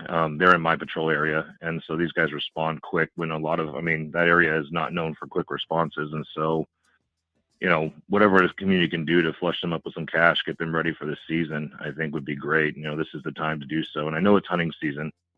I know a lot of guys are going to be out, trying to punch those moose tags, but we got a couple 30-06s. We got some other stuff we're going to be donating. And hopefully if you can't make it, if you look at my link on my personal page, we'll have the GoFundMe link on there. And if you can just donate anything, right? If a bunch of us donate, we can make the goal happen. So you I'm bet. excited to see step up and help out a great organization. What's the time frame on this, LD? When is this going? When is this taking place? Oh, it's Saturday from noon to 5. Oh, this Saturday, as in tomorrow from noon to 5? Yes, sir. Oh. Like I said, I've been busy. I'm sorry. I was on a missing persons case, and so I've been trying to jam everything together. Oh, yeah. Okay. All right. Well, I apologize. We'll if you send me the details, I'll post it to my Facebook page and let folks know out there. I'm sorry. I didn't realize it was tomorrow. I was going to have you back on next week to talk about it, but I'm assuming that the GoFundMe page is going to still be up. So send me all the info and I'll post it up on my Facebook page. Okay. Outstanding, Michael. I appreciate it. No problem, my friend. Appreciate all you guys do, and thanks for letting us know. Next time, give us a little bit more heads up, and we'll give you a little more free press on it. All right? Will do, sir. Thank you. All right. Thanks so much, LD Howard, joining us here this morning. All right. That clears out that. Let me shut that down so I don't have to look at that anymore. Goodbye. All right. So that's done. Let me go back over here. See what you guys have been saying. Well, let me first just tell you this. So the breaking news is that the New Mexico Governor Michelle Lujan Grisham's ban was rejected by a federal judge. While he seemed awfully sympathetic to Grisham at times, the Biden appointee ultimately ruled against the governor in a hearing on Wednesday afternoon, opining that under the Supreme Court precedent that he has to follow, the public health order and executive order suspending the right to carry would likely violate the Second Amendment, and has granted a temporary restraining order and halting whatever enforcement may take place. And basically, he said, "You've got a hard road here," he told the attorney for Lujan, or Grisham. He said, you have a hard road here, especially given the Supreme Court's holding in Bruin. And it was a burden that she proved unable and largely unwilling to bear. Instead of trying to refute Bruin and its acknowledgement of the fundamental importance of the right to keep and bear arms, the attorney claimed that Bruin is so flawed that it shouldn't play much, if any, of a role in deciding the future of the governor's order. This is the attorney for the governor. He says, we're looking at something that did not exist at the time of the founding, she insisted. The commingling of two very serious issues, drugs and guns. Well, there was drugs. There was opium and laudanum, they called it, and alcohol. So those things were there. I mean, it was the confluence of emergencies requires a very temporary cooling off period. And she maintained, but her insistence was that the underlying issue was more guns on the street was in direct contradiction to her insistence that it was only a temporary restraining order. If the problem is supposedly more guns, then why would the governor ever lift the 30-day initial order? Right? So anyway, a judge, even though he may have been friendly to her, decided that this was not a good fit. Not a good fit. All right. Let me go back through here, see what you guys are talking about. 42 people in chat. How many are Juno staffers or ATF agents, says Brian? I don't know. I just, you're on a list somewhere. If you're watching this show, you're on a list somewhere. I guarantee it. That's just because I'm apparently a rabble rouser. Greg says it's kind of like gun confiscation during a hurricane. Yes, which was also found to be unconstitutional. Typical Democrat, yada, yada, yada. 24, maybe arrest and prosecute the criminal element. My phone is starting to buzz. Let me put Willie on hold here. All right. Okay, yes. Okay. I got Willie on hold. All right. We're going to jump into this here. The Michael Duke Show, common sense, liberty-based, free-thinking radio. I'm going to still read the comments while I'm talking to Willie. Here we go. Jumping in. Let's do it.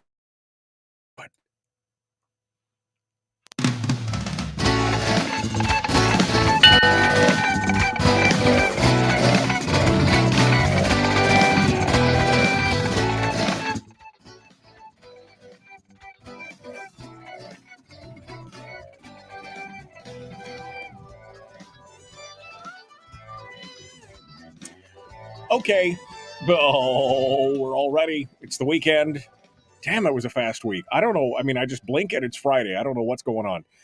Could every week be this way? Maybe. I didn't get nearly what I need to get done. So maybe not. Anyway, it's the weekend. Willie Waffle, wafflemovies.com, comes on board to share with us. And he's here right now. Hello, my friend. How are you? I'm feeling great. You got to remember, whatever you did get done this week, hey, that's what Monday's for. Yeah, it's just one of those things where you go, like, you got a list, you get things going, you get working, you're working away, you get distracted, you get back on task, you're over here, you're over there. And I just feel like, my God, this whole week has just been kind of one of those weeks where it's just kind of a blur, and you're like, you're thankful. Totally. You're thankful that it's a blur, but then you realize that you only got about half the stuff done that you really needed to get done. And you're like, oh, anyway. You got half done? Man, you're an overachiever. I know. It just means I'm really going to have the Sunday blues come this Sunday. I guarantee you. Yeah, exactly. All right. Well, let's get into it. A lot of news today, a lot of it centering around one specific individual. But first, let's start off with my wife. Is she squealing in the other room? I'm not sure. Murder, She Wrote. My wife would just be like, what? Murder, She Wrote. The movie. What? Give me the deal here. It's happening, people. Okay, so before the strike kicked in, Universal Pictures made a deal to develop a movie version of the Angela Lansbury classic. They've brought in Amy Pascal, who's a very well-known producer and used to run Sony Pictures. They brought in a couple of good writers from some hot prospect movies that are coming out this fall, and they said, "Yep, we're developing it." And I went, I don't know. Is it going to work as a movie? Is it going to work without Angela Lansbury? I mean, let's be honest. Angela Lansbury is why that show was awesome. Yeah. I mean, just everything about her and her performance and the character she created. I mean, I don't think Katherine Heigl could do the same thing. Oh, is that who it is? Is Katherine Heigl? Oh. No, I'm just throwing names out there. Okay. I don't think Jennifer Garner could do the same thing. I don't think Jennifer Lopez could do the same thing. Yeah. I don't know if Natalie Portman could do the same thing. Whoever it is, they are going to have some big shoes to fill, right? I mean, it's like Right. nearly an impossibility. I mean, I just can't, and we've talked about this in the past, how, they should do new things because sometimes you just can't get lightning to strike twice. I mean, it was a fun show. It was brilliant. But like you said, that was mostly driven by the personality of Angela Lansbury. And I just don't think, I don't know of anybody that could slip in and fill those shoes. I can't think of anybody right now. I mean, plus the competition's a lot heavier.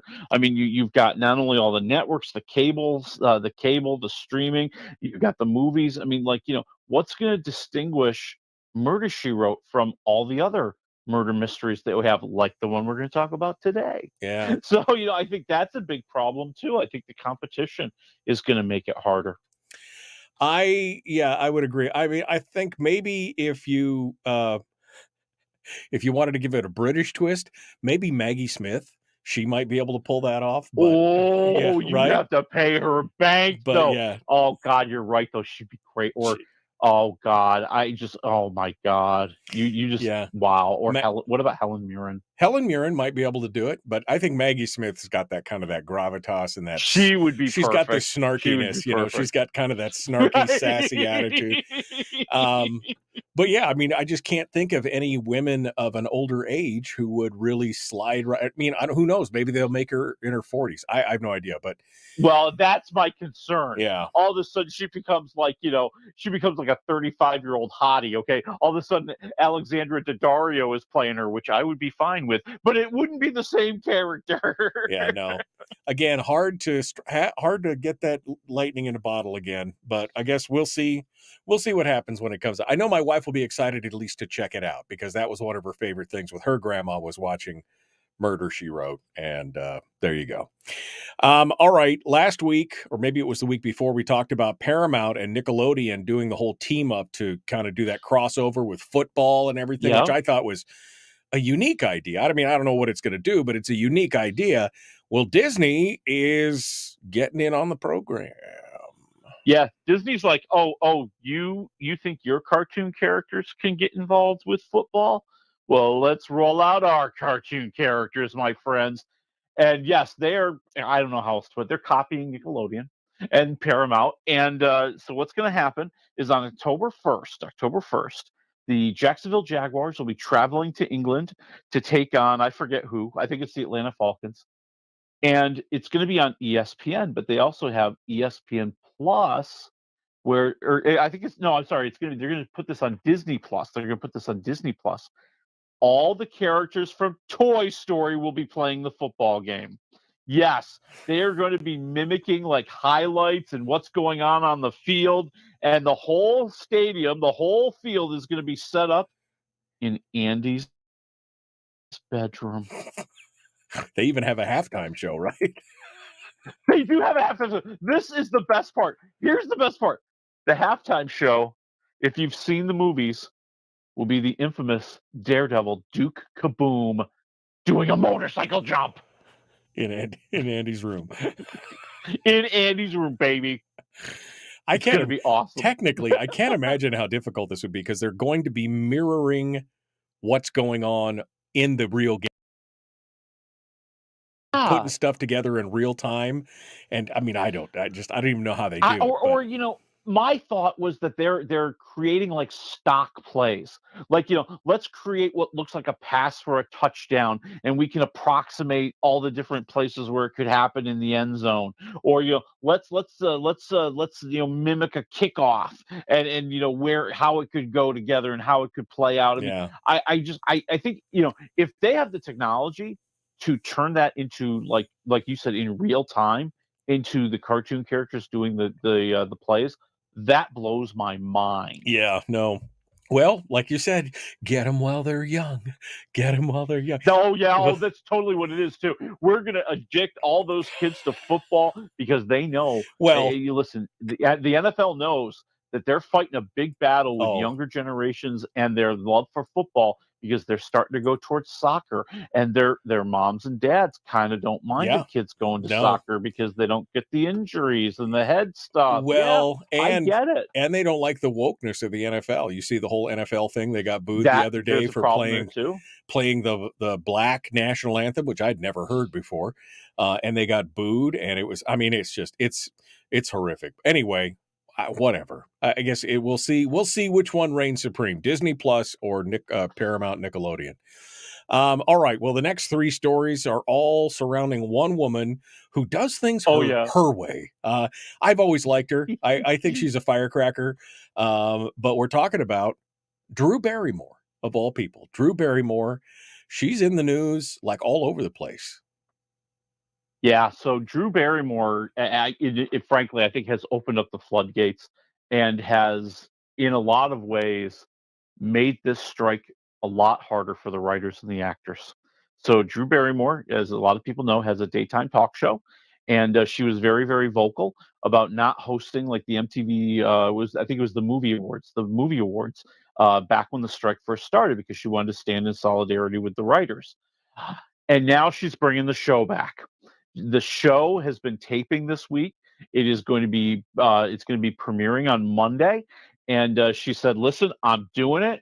I know people aren't going to be happy about it. They want us to stand in solidarity with the strike, but we're moving forward." Right, because she has no writers or anything else that are associated with the strike, right? She has no union writers or anything else on there.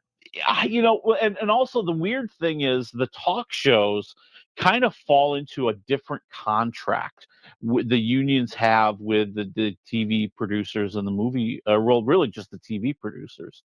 So in a sense, she's not required to hold to the strike, but she's also a very, very well-known actor.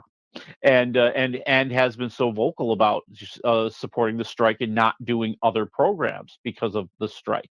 So she's going to bring her show back, and she says, they're not going to have anything written. They do have a couple of writers on the staff. She says that she's not going to like replace them or anything like that. But she's also starting to face she's facing some opposition on this.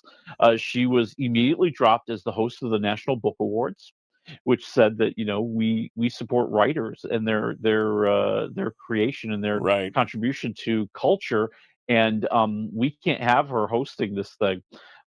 She said she's not going to have any actors on to promote their movies and TV shows, which is something all the actors are saying they will not do while they're on strike. However, you may have noticed they're all showing up on TV promoting other things. Yeah, exactly. Staying in the public eye, doing the thing. Yeah. And Matthew McConaughey was on the other day because they're bringing out a wax figure of him at Madame Tussauds. I'm like, dude, what are you doing? He's trying to stay in the public eye is what he's trying to do. But she may just be the first of many, right? Because I guess The View has come back, and Jennifer Hudson. The View has come back. Yep. The Talk is coming back on Monday. The Jennifer Hudson show is coming back on Monday. Yeah, The View has already been doing it. Bill Maher just yesterday said he's bringing back Real Time with Bill Maher on HBO. And he said, listen, he says, we're not going to do any written material. But the fact is, I got like 50 other people on this TV show that need to make money. Yeah, and exactly. I got to do it for them too. Yeah. And so and I think that's going to be the battle cry, and for lack of a better term, the cover for a lot of these people. Hey, I love those 5 writers I've got, but I got 50 other people that need to make a living. I support the writers, but not everybody else can suffer because the writers are getting their day. I mean, that's matter of fact, I think that's almost exactly what Bill Maher said. Yeah, exactly. I think that's almost exactly what he said. Yeah. All right. Well, that's all Drew Barrymore. Good for her. Let's move on. God. Go ahead. Oh, I got to tell you the best part. So they've been taping the Drew Barrymore show this week. Right. And the Writers Guild was striking out in front of her studio. And a couple of folks came because they had tickets to the show, and they were given pins supporting the Writers Guild in the strike. And when they walked into the studio, they were thrown out. Oh man. So the Drew Barrymore people are a little sensitive about this. Yeah, I could see that. I could see that for sure. All right, we got about 3.5 minutes here. We got two things quickly. Whichever one you want to do first, you choose. Go. Yeah, I mean, I'll start with our Netflix docuseries, and I'll be honest with you, there's not a lot going on this week. It seems like a lot of stuff is happening on the stream. Like Barbie is going to be able to be rented or bought on streams. Elemental, the big Disney Plus animated movie, is going to be out on Disney Plus. Fast 10 is going to be on Peacock. Retribution, the big Liam Neeson movie that came out a couple of weeks ago that wasn't that big, that's going to be available to buy or rent. So, Netflix and those guys are holding back a little bit, and they brought this new series out. It's called Wrestlers, and it's a documentary. It's from the same people who brought you the series The Last Chance U. And it's a look behind the scenes at independent wrestling through the Ohio Valley Wrestling Federation, which is kind of a small operation out of Louisville, Kentucky. And it's been the place where guys like John Cena and Brock Lesnar and The Miz and lots of big wrestlers got their start. And so you're seeing kind of what's going on behind the scenes. These people who are, kind of the ultimate underdogs, people who have had rough lives, who like have this dream and are fighting at the lowest levels possible to try to make that dream come true. And we also see a lot of conflict with the guy who just bought the federation, and how they're not really sure about him, and they don't know if they really believe in him and his love of wrestling, or if he even has it. So there's a lot of stories going on, a lot of controversy, a lot of characters are very interesting to follow. I give it 3 waffles. I actually enjoy it. It's about 7 episodes. You can watch them all right now. Okay. All right. 7 episodes. All right. 3 waffles for the wrestlers. On to Hercule Poirot. We got about 90 seconds. Go. A Haunting in Venice. And there's a lot going on in this movie, like almost too much. Matter of fact, I'm going to say it, too much. So he's retired. He's living in Venice. And an old friend comes by, played by Tina Fey, an author who wrote a whole bunch of books with a character who was a very thinly veiled version of Mr. Poirot. Right. And she's invited him to a Halloween seance in a haunted house because she wants to see if he can solve if it's really haunted or not. And then a murder happens. Of course, a murder happens. Now you've been kind of so on the last 2 Kenneth Branagh Hercule Poirot movies. How does this one stack up? I'm at 2 waffles. I think it's too complicated, too crowded. The whole thing about whether the house is haunted, who committed the murder, what happened in the past. It just is a lot, and I feel like none of it really got developed as good as it could have been. Could have thinned it out. Could have thinned it out a little bit too, which I think is what you gave the last one as well. So that's okay. All right, well, Willie Waffle, wafflemovies.com. Thank you, my friend. As always, good to talk with you. We will talk with you again next week. That would be with Sylvester Stallone and the Expendables. Oh, man. Can't wait for that. All right, folks, we're out of time. We got to go. The Michael Duke Show. Be kind. Love one another. Live well. Do all that good stuff. And we'll see you bright and early here on Monday with David Boyle talking about the COVID Alliance.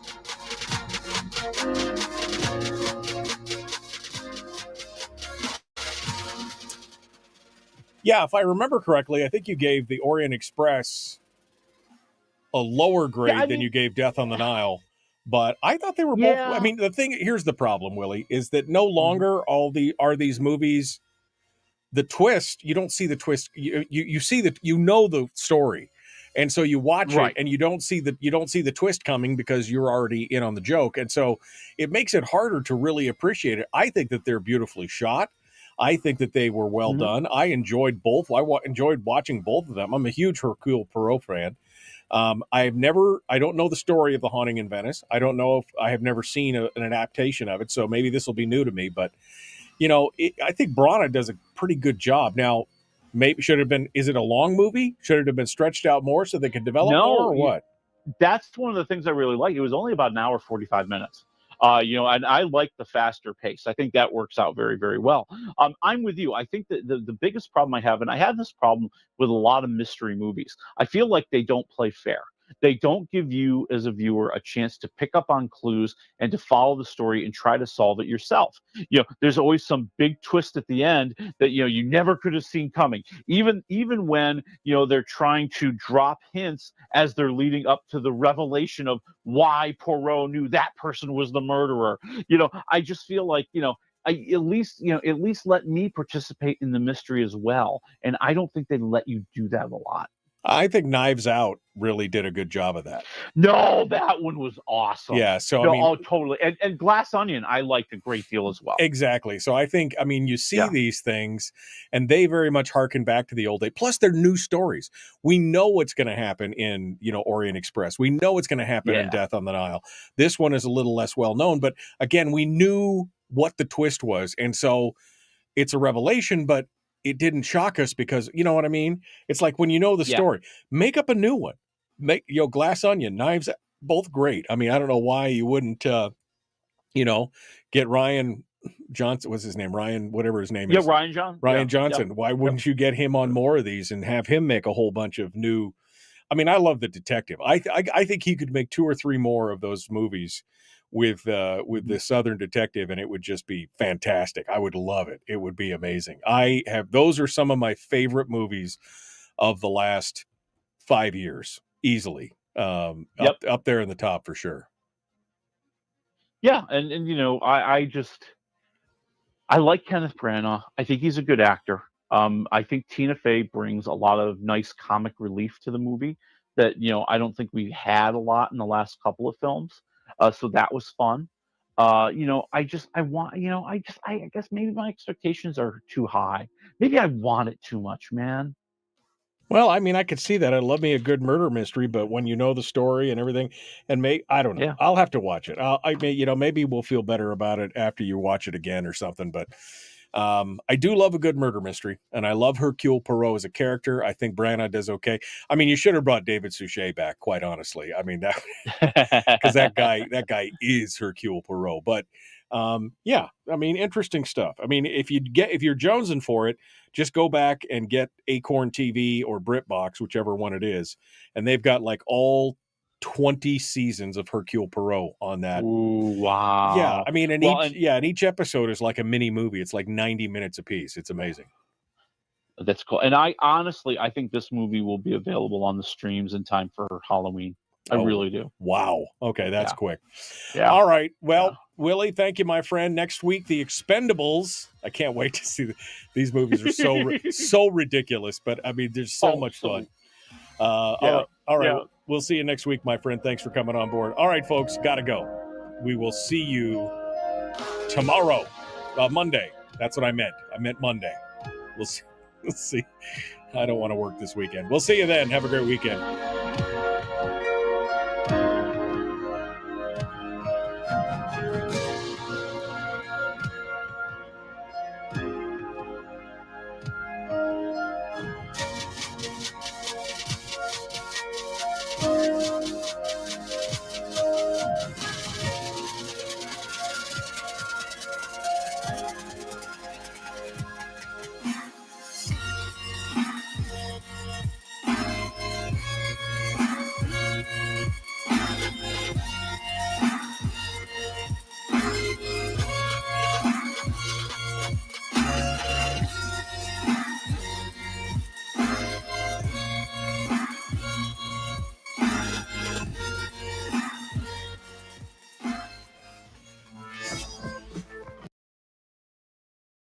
Now we are slimy lizard internet people.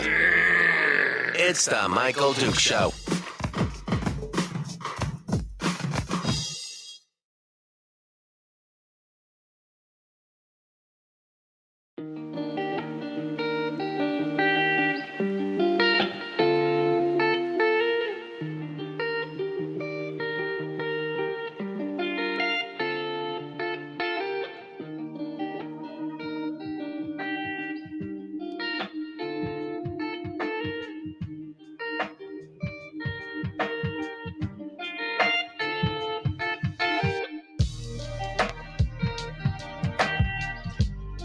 We have